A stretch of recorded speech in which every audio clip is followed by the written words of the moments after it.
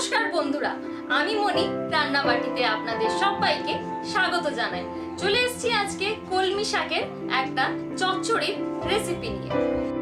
পুরনো দিনের হারিয়ে যাওয়া এই এক রেসিপি, খেতে কিন্তু খুবই অসাধারণ।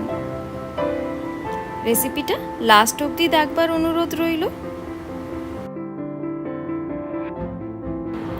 এই রান্নায় সবার প্রথমে আমি 250 গ্রামের মতো কলমি শাক ভালো করে ধুয়ে কুচিয়ে নিয়েছি। তার সাথে আমাদের লাগছে পেঁয়াজ, এখানে আমি একটা বড় সাইজের পেঁয়াজ ব্যবহার করেছি। সাথে লাগছে এরকম ডুমো করে কেটে নেওয়া বেগুন, সাথে লাগছে কুমড়ো, তার সাথে আরও কিছু সবজি আমি নিয়ে নিয়েছি, যেমন পটল, আলু। আপনারা চাইলে আপনাদের পছন্দ মতো সবজি নিতে পারেন। তার সাথে নিয়েছি কিছু বড়ি, একটা শুকনো লঙ্কা, আর একটা ভাজা মশলা তৈরি করে নেব 5 ফোড়ন, পোস্ত আর একটা শুকনো লঙ্কা দিয়ে। প্রথমেই আমি ভাজা মশলাটা তৈরি করে নিই, যার জন্য আমি কড়াইয়ে দিয়ে দিলাম শুকনো লঙ্কা, 5 ফোড়ন আর পোস্ত।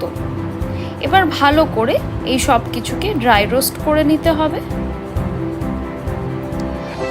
বেশ 1 থেকে 2 মিনিট সময় ধরে ভালো করে সব কিছুকে ড্রাই রোস্ট করে মিক্সিতে একটা ফাইন পাউডার তৈরি করে নেব। এবার কড়াতে দিয়ে দিলাম 1 টেবিল স্পুনের মতো সর্ষের তেল, আর তেল ভালো মতো গরম হয়ে গেলে দিয়ে দেব বড়ি। আর বড়িগুলোকে বেশ ভালো করে লাল লাল মতো আমাদের ভেজে তুলে নিতে হবে। বড়ি যখন ভালো মতো ভাজা হয়ে গেছে, আমি একটা পাত্রে এইগুলোকে তুলে নেব। বড়ি ভালো মতো যদি না ভাজা হয় তাহলে কিন্তু তরকারিতে দিলে এটা ভেঙে যেতে পারে। এবার সেই একই তেলে দিয়ে দিলাম পেঁয়াজ। পেঁয়াজটাকেও আমরা একটু ভেজে নেব, খুব বেশি ব্রাউন করে ভাজবার কিন্তু দরকার নেই। এবার এক এক করে সবকটা সবজি দিয়ে দেব। দিয়ে দিলাম কুমড়ো, পটল আর আলু। এবার দেব পরিমাণ মতো একটু নুন।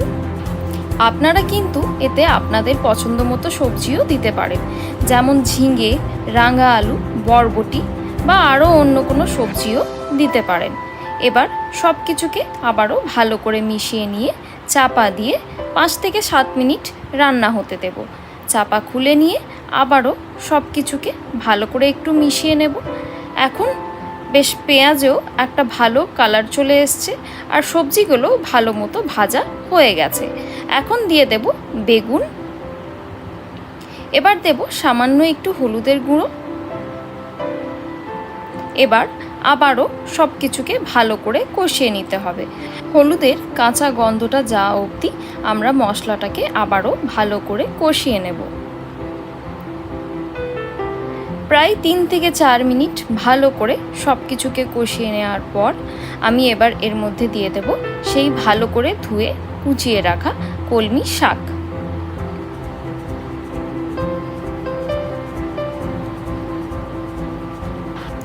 শাকটা দেওয়া হয়ে গেছে। এবার দেব পরিমাণ মতো নুন।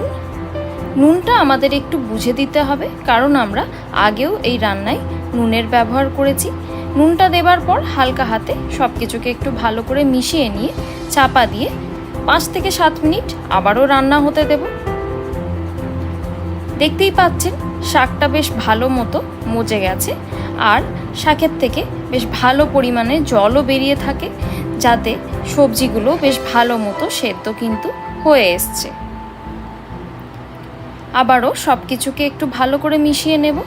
এবার এর মধ্যে দিয়ে দেব সেই ভেজে রাখা বড়ি আর এই ভাজা মশলাটা। এই পর্যায়ে আপনারা নুনটাও একটু চেক করে নিতে পারেন। আমি এখানে সামান্য একটু নুন ব্যবহার করলাম, আর টেস্টটাকে ব্যালেন্স করবার জন্য দেব অল্প একটু চিনি। এবার সব কিছুকে আবারও একটু ভালো করে মিশিয়ে নেব। প্রায় 1 থেকে 2 মিনিট ভালো মতো নাড়াচাড়া করব। দেখে নিচ্ছি সবজিগুলো ভালো করে সেদ্ধ হয়েছে কিনা। আলু মোটামুটি আমাদের সেদ্ধ হয়ে গেছে। এবার বড়িগুলো একটু সেদ্ধ হতে লাগবে, তাই জন্য আমি জল দিয়ে আরও 5 মিনিটের মতো এটা কভার করে সেদ্ধ হতে দিয়ে দিলাম। প্রায় 5 থেকে 6 মিনিট পর চাপা খুলে নিয়ে আবারও সব কিছুকে একটু নাড়াচাড়া করে নেব। এখন রান্নাটা বেশ মাখা মাখা আর বেশ ভালো মতো মোটামুটি তৈরি হয়ে এসছে। আবারও সব কিছুকে একটু ভালো করে নাড়াচাড়া করে নিচ্ছি। এবার কিন্তু আমাদের এই কলমি শাকের চচ্চড়ি সার্ভ করবার জন্য একদম রেডি। গরম ভাতের সাথে এই কলমি শাক থাকলে কিন্তু আর কিচ্ছু লাগবে না।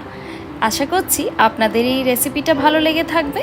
ভালো লেগে থাকলে লাইক আর শেয়ার করবেন, আর চ্যানেলটাকে অবশ্যই সাবস্ক্রাইব করবেন। ধন্যবাদ।